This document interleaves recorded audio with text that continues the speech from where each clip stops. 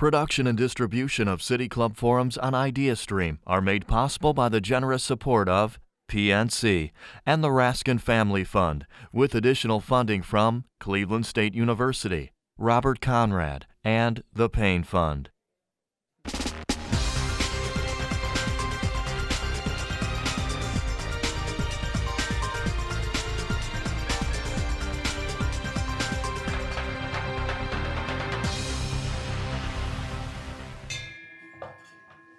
Good afternoon and welcome to the City Club of Cleveland. I'm Dan Moulthrop, Chief Executive here and also a proud member. It's my pleasure to introduce you to today's speaker, Karen Korematsu, founder and executive director of the Fred T. Korematsu Institute. We all just witnessed a historic presidential election that was characterized in large part, at least at some points, by fear of the other. We heard political leaders, pundits, and voters alternately express fear and concerns about Muslims, young African-American men, refugees from Syria, immigrants from Mexico, transgendered individuals, all groups who were often identified as somehow threatening the American way of life. I would like to be able to say that this is a new conversation, but it isn't, sadly. One need only look back to World War II, a particularly dark moment for civil liberties, to realize what can happen when we permit fear of others to permeate our decision-making and our policy-making. After the attack on Pearl Harbor, as many of you know, President Franklin Delano Roosevelt issued Executive Order 9066, authorizing the Secretary of War to place Americans of Japanese descent in internment camps. And what followed was the imprisonment of nearly 120,000 Japanese Americans, 62% of whom were American citizens. Some people are very familiar with this chapter in America's history. I remember first coming across Dorothea Lange's photos of prisoners at Manzanar years ago and being struck, as many of you probably were, with the images of families imprisoned in a desert camp, many of them struggling to outwardly project a sense of happiness and contentment in spite of their treatment. At that time, there was one man, Fred T. Korematsu, who refused to comply with Executive Order 9066, who became a civil rights advocate and took his case all the way to the United States Supreme Court. Our speaker today, Karen Korematsu, is Fred Korematsu's daughter. She has dedicated much of her life to honoring her father's memory as a civil rights advocate, public speaker, and educator. And in 2009, she established the Fred T. Korematsu Institute, an organization committed to providing education to advance racial equity, social justice, and human rights for all. Part of its work includes establishing January 30th as the Fred Korematsu Day of Civil Liberties and the Constitution, and to establish that day as a day of celebration in states across the Union. Today we'll hear Ms. Korematsu share her father's story, his struggle, and the lessons learned, many of which are still extremely relevant today. Ladies and gentlemen, members and friends of the City Club of Cleveland, please join me in welcoming Karen Korematsu. Thank you for that, Tom. Good afternoon. It's a pleasure to be with you, and especially at this very historic time. First of all, I would like to thank my sponsors that brought me here to Cleveland, Shaker Schools Foundation and the Schubert Center for Child Studies of Case Western Reserve University. Also, I'd like to thank the sponsors for my talk today here at the City Club of Cleveland. Again, the Schubert Center for Child Studies of Case Western Reserve University, Facing History and Ourselves, and the Japanese American Citizens League, also known as JACL. And I'd like to give a special thanks to Leah Seek and her family for hosting me here. It's been very wonderful to be here at this time. And yesterday I spoke to students at Shaker Heights High School, and certainly this presidential election has impacted students as well, and we need to recognize that at the end of the day, we're all American citizens. My father grew up in and was born in Oakland, California, in the San Francisco Bay Area. He was born on January 30th, 1919. And certainly, I don't think his parents, my grandparents, said to him, well, someday you're going to grow up to be an American civil rights hero. It's not usually something that you say to your child. And he grew up just like any other American kid, and many students here in this room that I'm so pleased to see. He loved hamburgers and hot dogs and spaghetti and hang around with his friends. He attended Castlemont High School, where he was on the track team and the swim team, and just wanted to be like any other American kid. But he did experience racism when he was in high school. And first, he had this wonderful head of hair.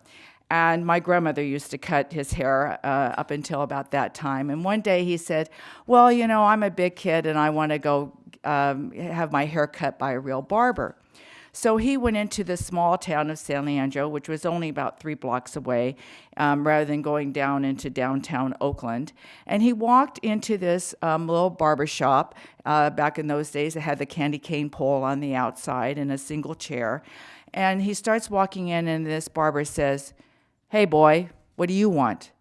And my father said, well, I just want to get a haircut. You get out of here. We don't cut hair of your kind. And starts calling him racist names. And I never want to see you again. Go down to Chinatown and don't come back. So my father was stunned. He hadn't had that kind of treatment before. And there wasn't anyone around to kind of speak up on his behalf. And so he never told his friends, and he never told his parents. Several months later, going back into San Leandro, he was delivering flowers for my grandfather, who had built a flower nursery in East Oakland.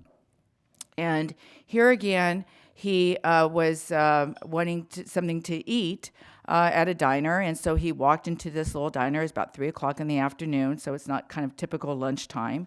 And the cook behind the counter says to my father when he walks in, hey, what do you want? And my dad says, well, I just want to get something to eat. You get out of here. We don't serve people of your kind. And go down to Chinatown, and I never want to see you again. So what's the message here?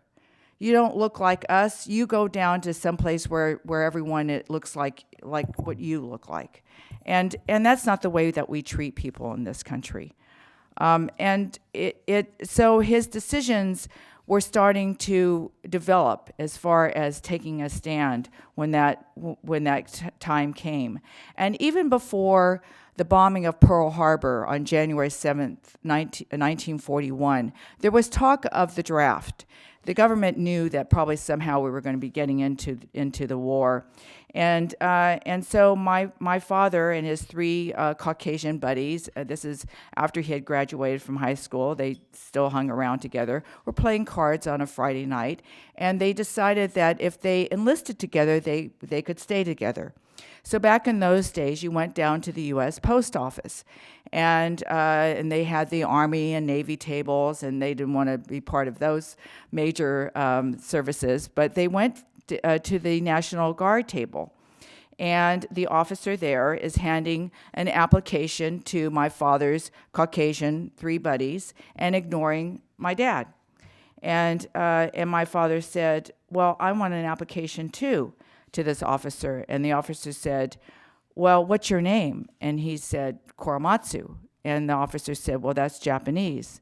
And my father said, that's right. And the officer said, well, I can't give you an application. So one of my father's friends says, come on, Fred, we'll go down to the Coast Guard table, which was really not right next to the National Guard table. So the officer was hearing what was going on. This time it was a senior officer, and he's again passing out the applications to my father's 3 Caucasian friends and ignoring my father. And my dad says, well, I want an application too. And the officer says, we have orders not to give anyone that's Japanese an application. And my dad said, but I'm an American. I want to serve my country. So how would you feel?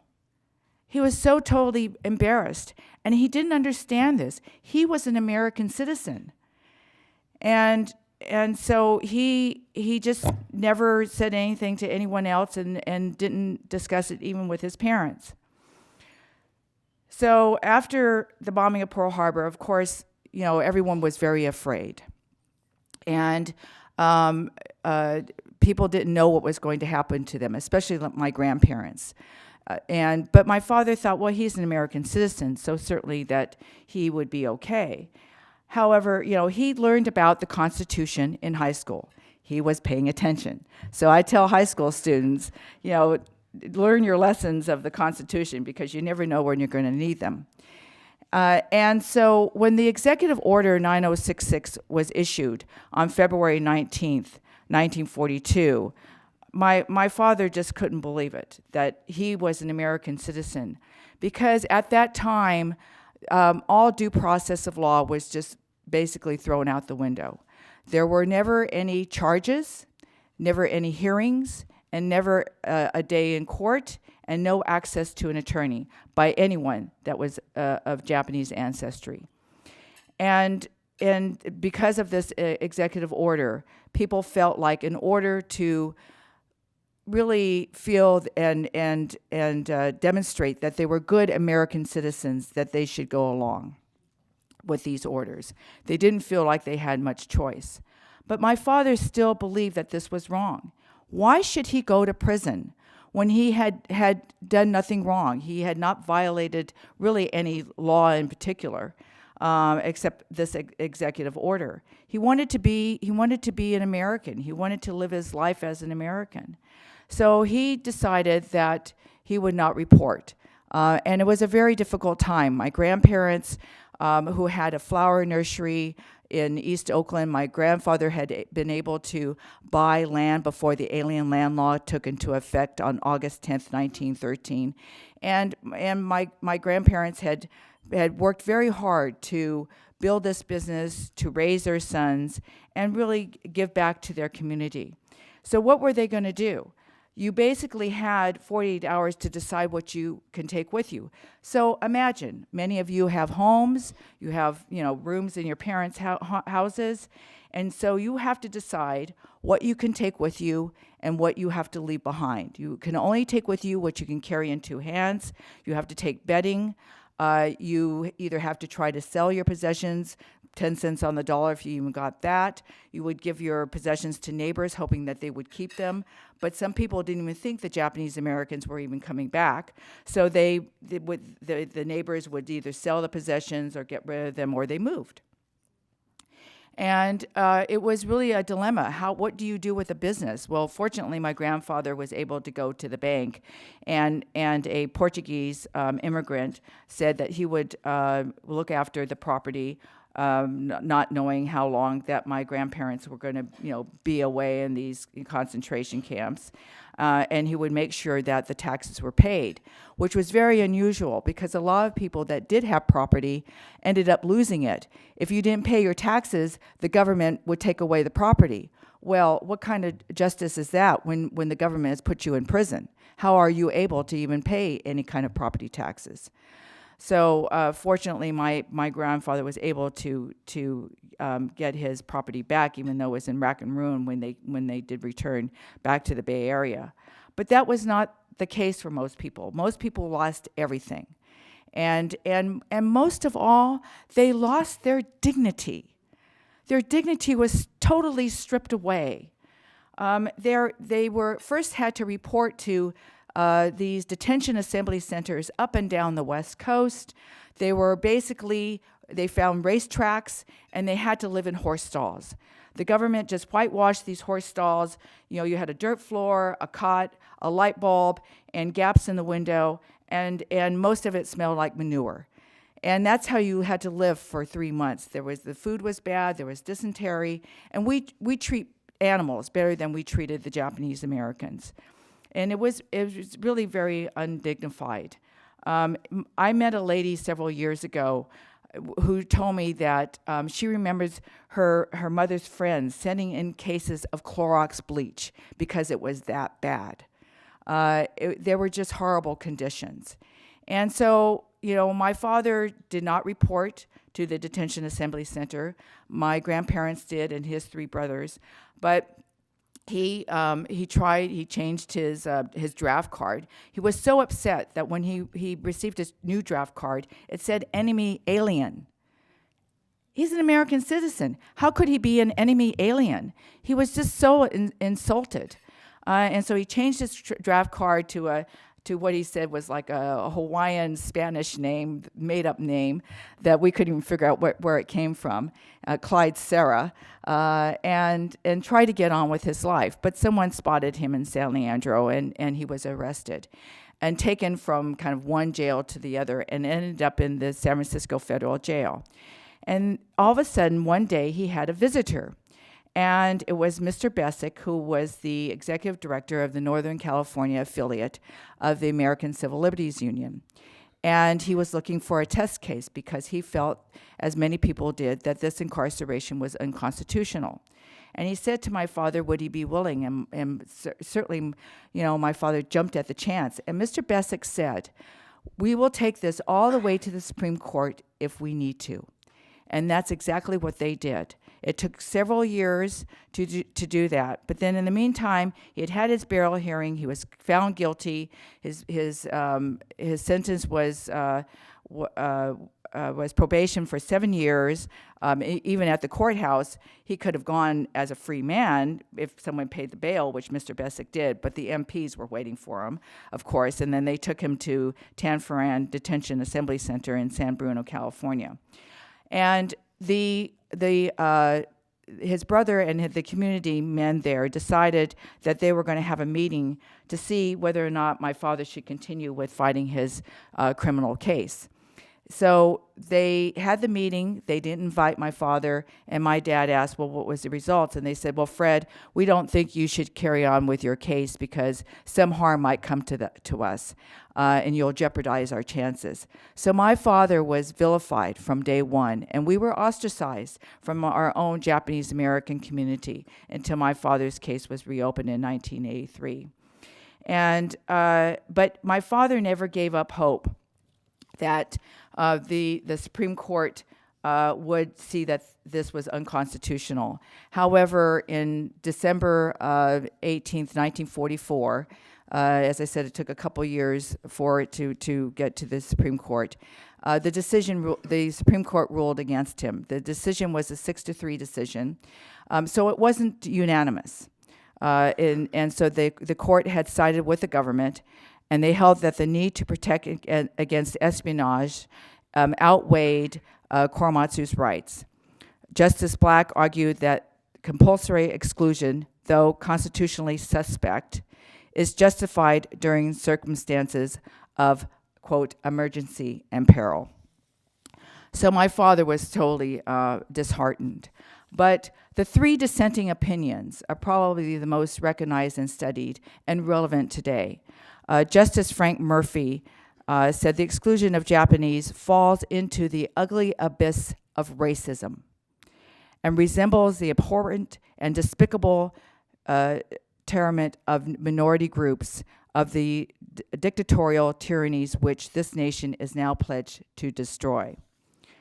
Justice Robert Jackson said the court for all time has validated the principle of racial discrimination in criminal procedure and of transplanting American citizens. The principle then lies about like a loaded weapon, ready for the hand of any authority that can bring forward a plausible claim of an urgent need. And indeed, after 9/11, the Bush administration Attorney General Ashcroft cited Korematsu versus the United States as a possible reason to round up Arab and Muslim Americans and put them in American concentration camps. Now, fast forward, my father and my mother actually met in Detroit, Michigan, and they couldn't go back to South Carolina where my mother was from because of the anti-racial marriage laws, and they couldn't even go to California because those laws didn't change to 1948. But they came back to they went back to the San Francisco Bay Area. My father didn't think he'd ever want to go to California again, but my grandmother wasn't well, and so my brother and I were born there, and we grew up in the San Francisco Bay Area. And I went to school in San Lorenzo, at San Lorenzo High School. And I was studying U.S. history as a junior. And our U.S. history teacher had assigned a little paperback book for each of us to read. Now, we didn't all know what we were all reading. There were different books. And I can't even remember my book, but my friend, Maya, third generation Sansei, like I am, her little book was called Concentration Camps USA. And she gets up in front of the class and talks about the Japanese American internment. And I said, oh, that's interesting. I never had heard about that before. And then she went on to say that there was this one man who resisted the military orders, and it ended up to be a landmark Supreme Court case called Korematsu versus the United States. Oh, that's my name. And I had 35 pairs of eyes turning around looking at me, and I'm shrugging my shoulders thinking, well, that must be some black sheep of the family. I thought maybe it was my father's oldest brother who didn't turn out to be such a shining light after all. And my grandfather had a brother that helped him in the flower nursery before Pearl Harbor, but somehow disappeared. And so after class, I asked my friend Maya, well, what's this about? And she said, well, this is about your dad. And I said, no way. Someone would have told me. So, of course, I go running home, jumping up and down, asking my mother, what's this all about? And she says, yes, this is about your father. And I said, well, when are you going to tell me? She said, well, when you got older and about ready to go to college. I'm about ready to go to college. And she said, also the standard answered, well, you'll have to wait until your father gets home and to ask him. So not only did my father face housing discrimination, but he faced employment discrimination. And so sometimes he worked 2 jobs. And by that time he got home, it was 8 o'clock in the evening, and I calmed down a little bit. And I told him what happened, but then I could see this hurt go over his face. And I was very close to my daddy. And he just simply said to me, it happened a long time ago. And what he did, he thought was right. And the government was wrong. It was that clear and simple. It wasn't complicated. And I couldn't ask him any more questions except I did ask him, I said, can you vote? Because voting was very important to my parents. I would see them studying the ballot. In this last, couple of years, certainly I've been encouraging people to vote. But this is part of being an American and what our privilege is in this country. But the interesting thing is we didn't really talk about this anymore because I didn't know what it meant to have a federal prison record. What does that mean? I didn't know anybody that was in that kind of circumstance. And it was so hurtful and painful for my father. I just couldn't discuss it with him. A few years later, he was asked to speak at UC Berkeley, in Berkeley, California, and it was to an ethnic studies class that was really off campus. Ethnic studies wasn't recognized at that time. And the students kept hounding him, saying, well, why didn't you protest? Why didn't you get violent? Why didn't you do this? Why didn't you do that? And my father wasn't like that. He was a very quiet, gentle person that really lived by his principles of right and wrong. And so he just didn't want to talk about it anymore. But he never gave up hope that someday that his case could be reopened. And I didn't know that until Professor Peter Irons and came to him and said that they found the evidence in Washington, D.C. that proved that there was no military necessity for the Japanese and Japanese Americans to be forced removed from their homes. And mind you, half of the 120,000 that were incarcerated were under the age of 18. So it didn't matter if you were a baby or in the infirmed. If you were on the West Coast, you were put in American concentration camps. And so my father's case was reopened in 1983, and it was proved that there was government misconduct. At the time of my father's Supreme Court hearing, the government had withheld evidence, destroyed evidence, and altered evidence. So who knows what the Supreme Court decision would have been at that time if they completely had truly all the evidence in front of them. But, it even though my father was not part of the Japanese American community at that time, they just all of a sudden enveloped him. And he could have very well said, well, you know, you didn't want anything to do with me. Why should I have anything to do with you?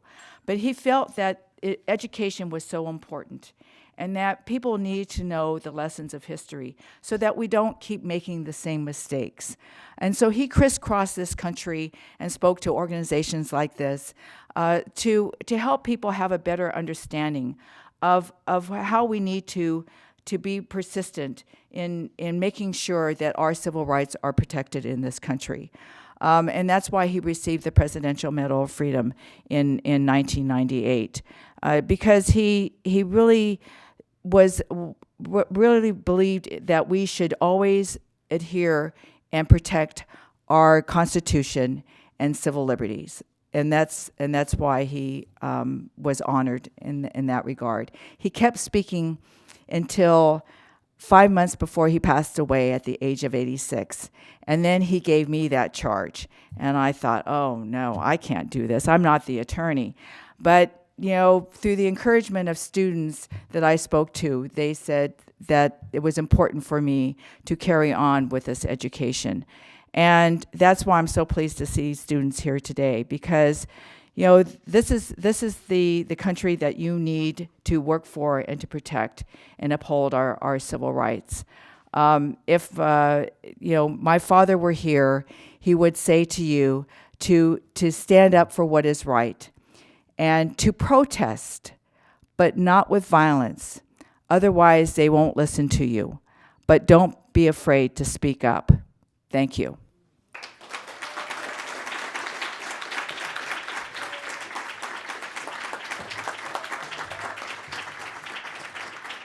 Father proud. Thank you. So today we are enjoying a forum, as you know, with Karen Korematsu, founder and executive director of the Fred T. Korematsu Institute.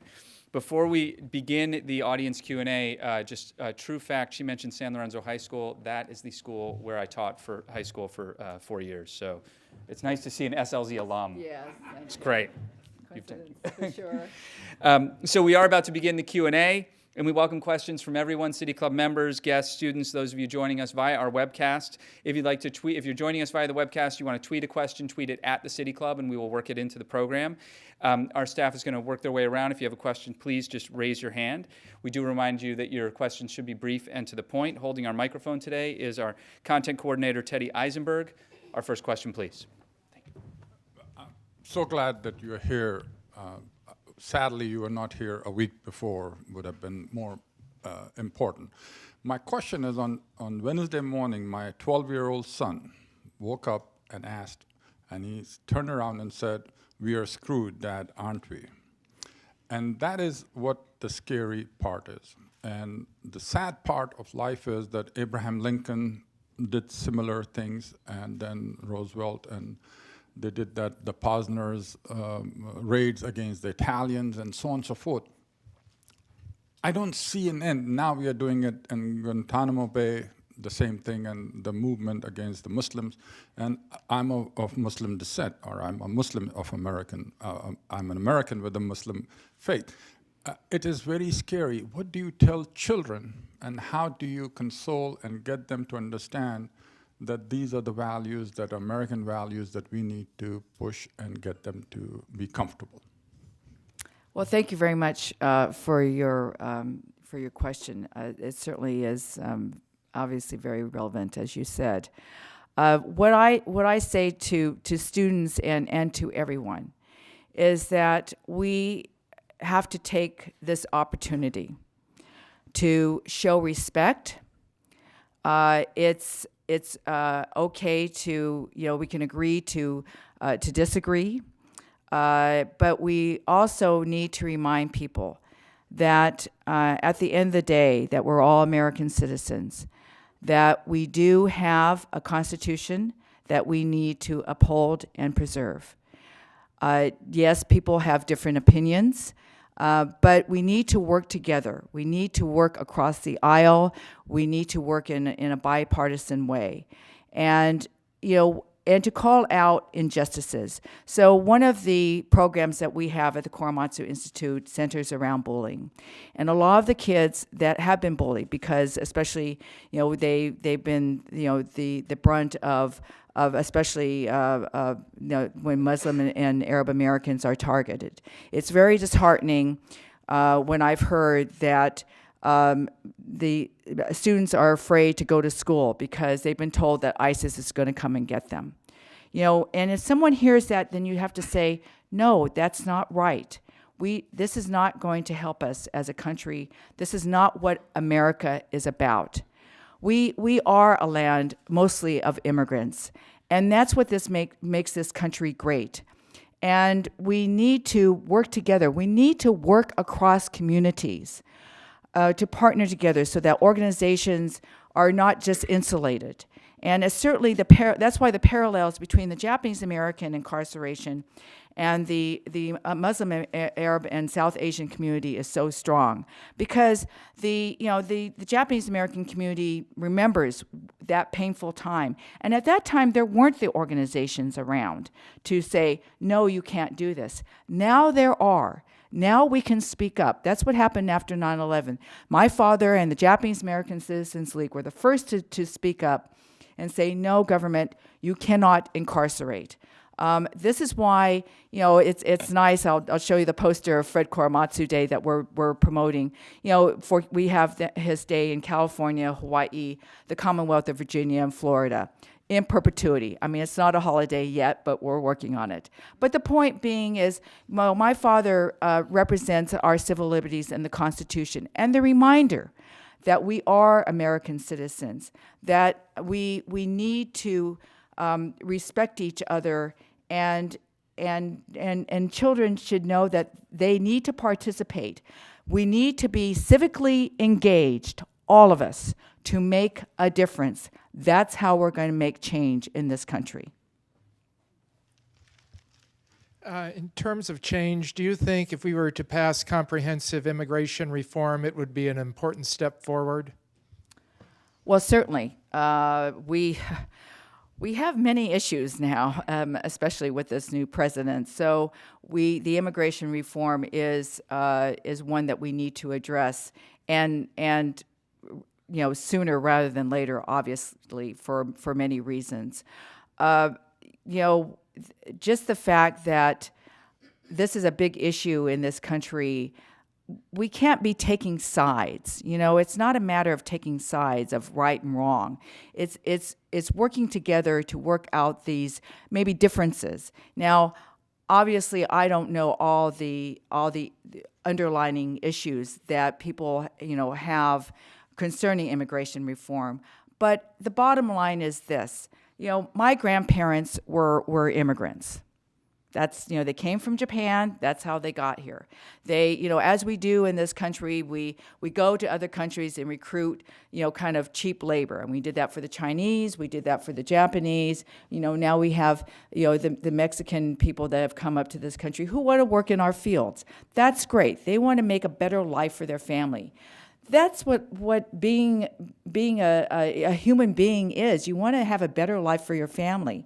So whether these immigration reform issues are something that we need to take care of now, so that people aren't struggling. People are afraid. They're afraid to come forward. They're afraid to live their lives. We have children who have found out that they're all along they're thinking that they're American citizens, and then they find out that they're not.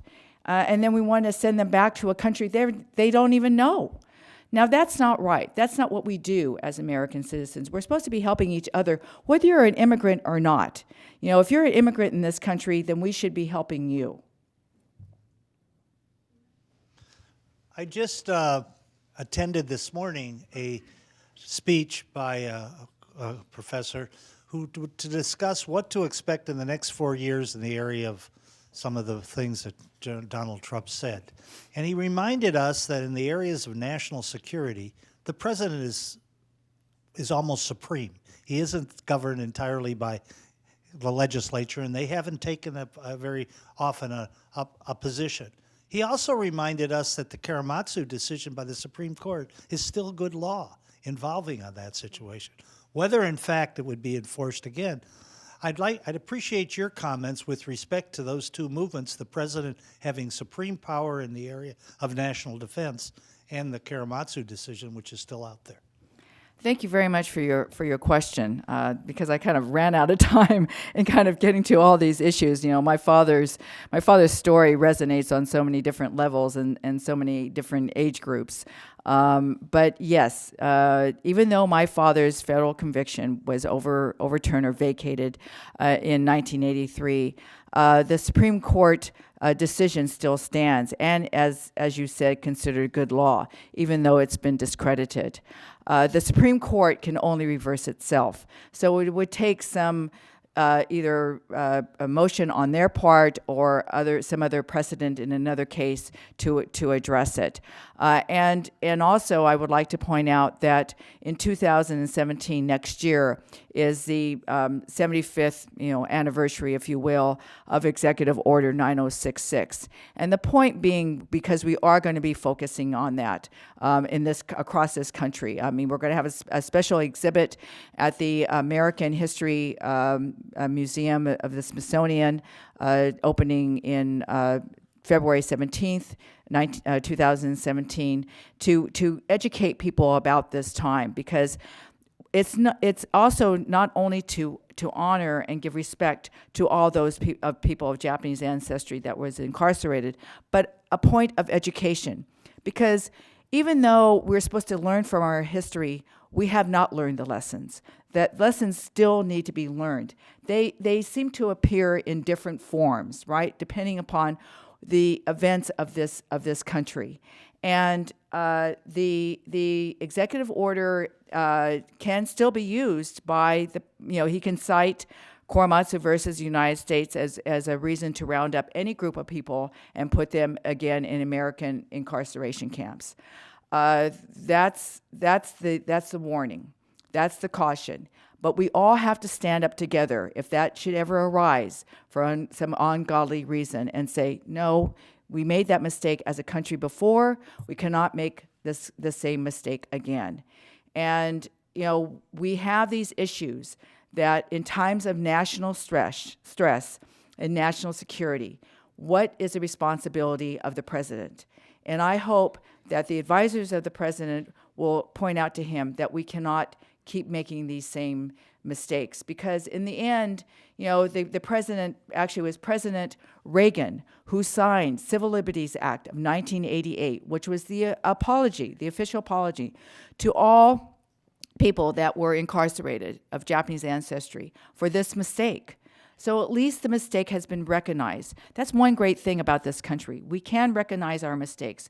We can honor those people that have been unjustifiably incarcerated. So we need to work across communities so that we don't keep making those mistakes. Could you say a couple of words about Earl Warren? Earl Warren is known as a great Chief Justice who wrote Brown against Board of Education and led the Supreme Court during a time when it made a lot of important civil rights and civil liberties decisions. But Earl Warren was the Attorney General of California, who was a vigorous advocate of exactly what was done pursuant to Executive Order 9066. You can see that I'm kind of, smiling at that reaction to that question, because what I say is that Earl Warren actually did not acquire his sense of justice really until he got to the Supreme Court. As you rightly point out, at the time of Executive Order 9066, he was Attorney General of California and also became governor that same year. I think it's a matter of also, we have to point out that it was General John DeWitt who was really the catalyst behind this executive order. So at times of national stress, what do we do? How do we look at our military? Because they really was the fuel to the fire, right? There was many people that to the backstory of the Japanese American incarceration farmers up and down the West Coast wanted the Japanese to, send them back home. They're doing so well. They're taking our jobs. Sound familiar? They're taking our jobs, and they're taking our land. So we want to get rid of them. So that was part of the hysteria, if you will. And also, General DeWitt ignored certainly the reports at that time. Now, hopefully, you're talking about kind of revealing, all these facts now. But at the time, the Ringel report from the U.S. Navy showed there was never any evidence of any espionage. Also, J. Edgar Hoover of the FBI, of all people, even said there is no reason for the Japanese and Japanese Americans to be incarcerated. Now, had all those reports been moved up to and presented in front of the Supreme Court, who knows what would have happened, right? But by that time, we were well into the incarceration. And so the military had a lot of power. So that's another issue. What do we do in times of national stress? What role does the military play? These are kind of ongoing discussions that need to be kept out there. We can't just ignore them in times of peace, because we need to be prepared to make those decisions. Thank you for being here. I taught school for many years, for 40 years, and I always tried to find ways to help my students feel safe when something was going on. This is a time when I know a lot of adults and a lot of students are really afraid. So I was thinking that possibly teachers could have their students write letters to the new president. I have a hard time saying that. But they could possibly write letters maybe in January when he has a permanent address. But what are some things that you could suggest that students put in letters that they may want to write, since we are aware of the kind of behavior that he has shown so far? Thank you for your question. I think especially those students who have had personal experiences or observation of bullying, during this time is good. I think, this is the one advantage of telling the story of Fred Korematsu. He, it's a personal story that launches all those other stories, that launches that other information of our time of history and the relevancy today. In fact, they can have any types of events at their schools, where they make sure that it's diversified. That they may bring in another school to have an event and to have a panel discussion about what's happening now, how should we react, what are we going to tell the president, or if they write a letter, as a group together. From that school and sign it. What do they want to say to this president that's going to be taking office? The power of the pen, I think, is so impressive. And I have to share with you just briefly that unbeknownst to me, there is a teacher in Clearwater Fundamental Middle School in Clearwater, Florida, outside of Tampa, who is teaching civics education in the 7th grade. And she was talking about Fred Korematsu. And so the students were Googling, as you all can do, about Fred Korematsu, and we found out there were other days named after him in different states. And they had a state senator come visit them. And they said to Senator Latvia that they wanted to have a Fred Korematsu Day. Well, I think they really wanted to have a holiday, to be honest. But, it was the right idea. And he said, well, if you write letters, to me, then I will create a legislative bill, and I'll present it to our Senate, and we'll see how it goes from there. Well, he did that. It passed through the Senate.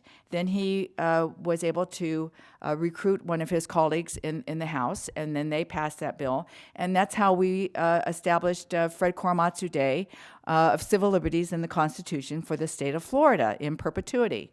And it's through the power of the pen and students. So students need to know that they can make a difference. Right? That's what my father stands for. He was one person who stood alone, but at the end of the day, he was one person that could make a difference, and so can you. You just have to dig deep down inside. You have to say, is this right? Is this wrong? What can I do? And then also just work with your friends. Build these coalitions, but do it in a peaceful manner.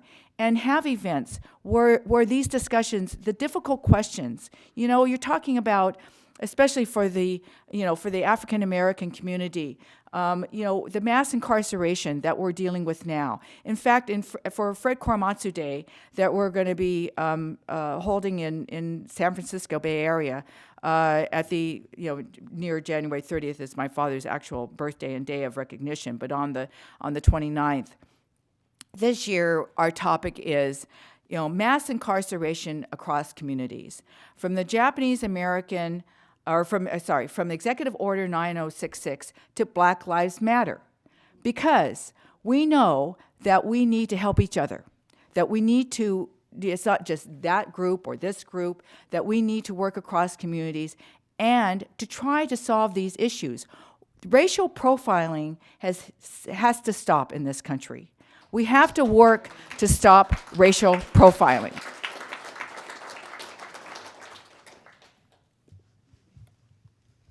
Mrs. Korematsu, welcome to Cleveland. Thank you. It's an honor to meet you. Interestingly enough, about 6 months ago, I discovered the video at the National Constitution Center that you were in about your father's case. Oh, thank you. They have a series of 12 videos on landmark cases, as you know, and I don't know if everybody in the room knows that, but they're phenomenally done.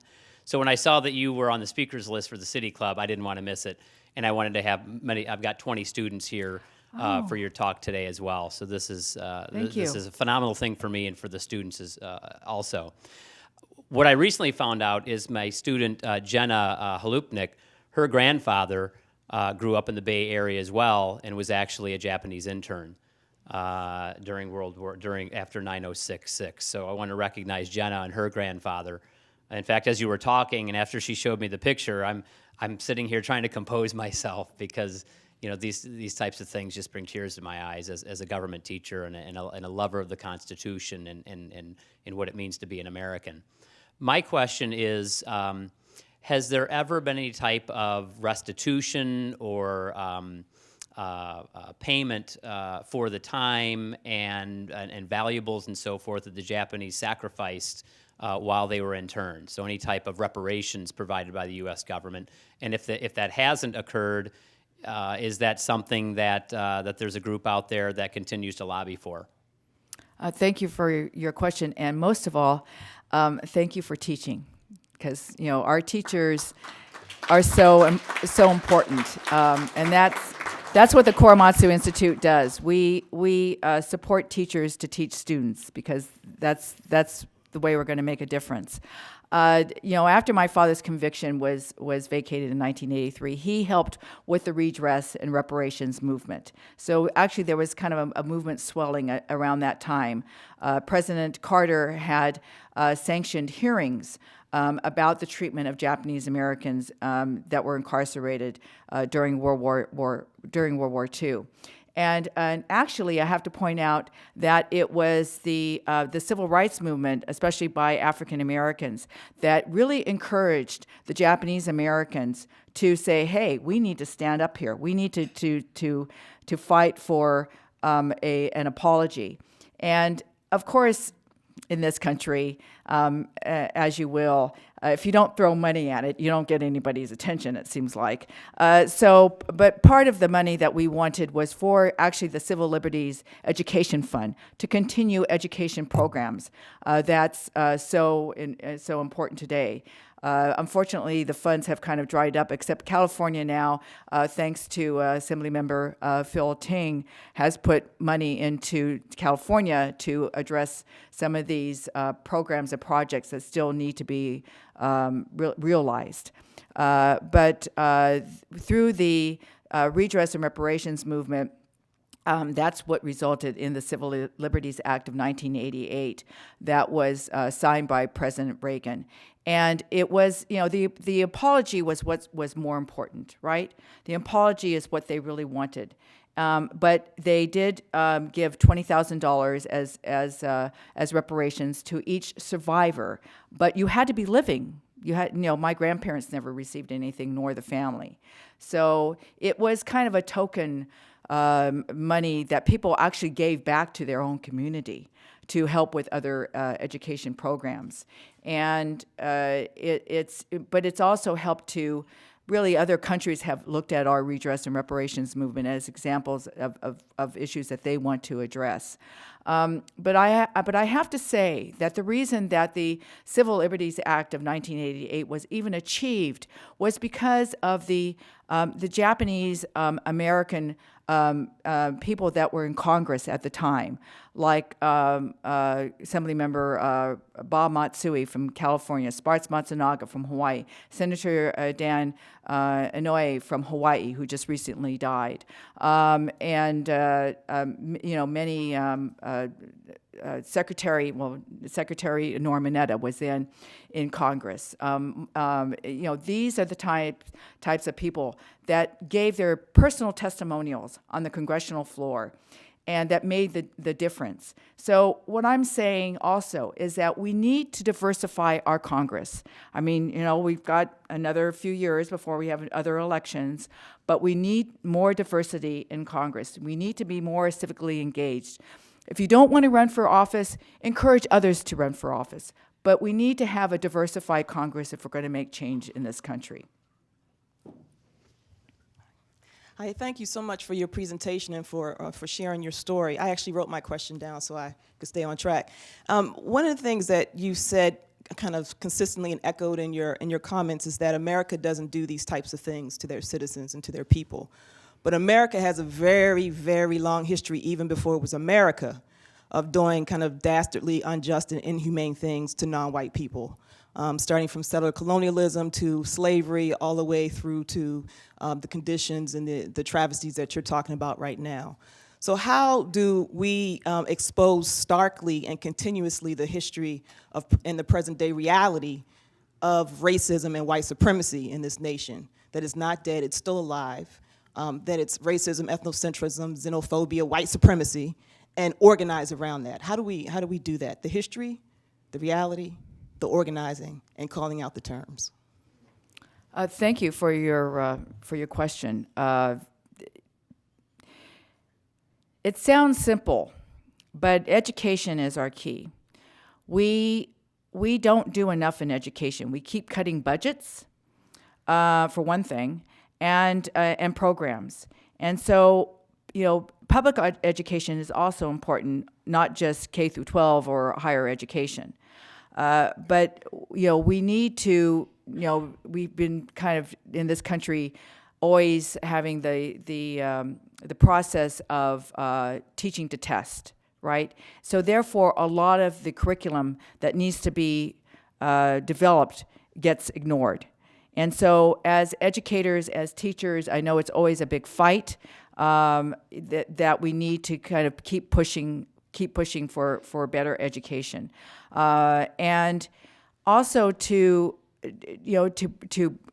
bring these issues to other organizations.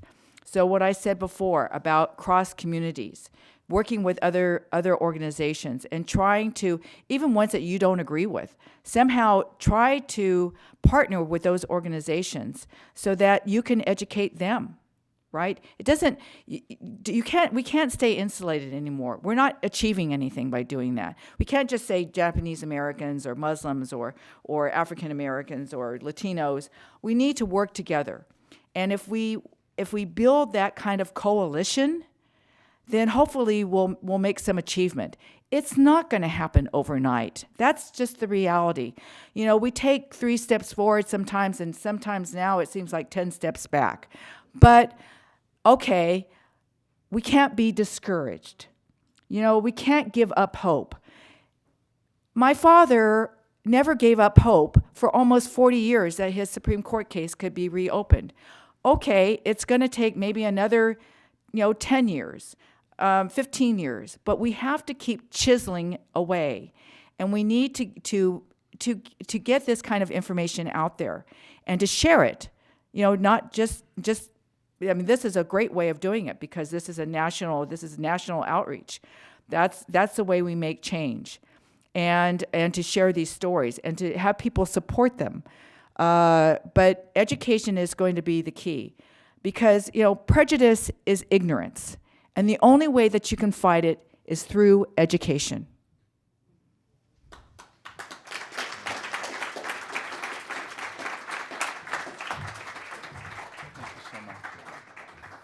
Today at the City Club, we've been enjoying a forum with Karen Korematsu, founder and executive director of the Fred T. Korematsu Institute. We owe you a great debt of gratitude, along with one to your father as well. Today's forum is the Samuel O. Friedlander Memorial Forum on Free Speech, made possible by a generous gift from Mr. Friedlander's friends and his daughter, Nina Gibbons. Ms. Gibbons is with us today with her husband, Jim. We thank you both for being here and for your support. Our community partners for today include Facing History and Ourselves, the Japanese American Citizens League, and the Schubert Center for Child Studies at Case Western Reserve University. We thank you all for your partnership. And additionally, we welcome students from Brecksville Broadview Heights High School, the John Hay School of School of Science and Medicine, MC Squared STEM High School, both of those are Cleveland Metropolitan School District schools, and the North Olmsted City Schools. Student participation in City Club forums is provided by many foundations, including the Loeb Foundation. We thank you all for being here today. That brings us to the end of today's forum. Thank you very much, Ms. Korematsu. Thank you, ladies and gentlemen. Our forum is now adjourned.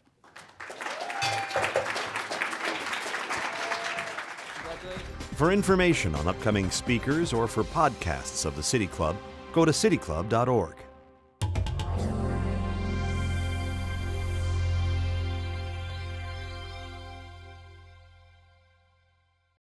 Production and distribution of City Club forums on IdeaStream are made possible by the generous support of PNC and the Raskin Family Fund, with additional funding from Cleveland State University, Robert Conrad, and the Payne Fund.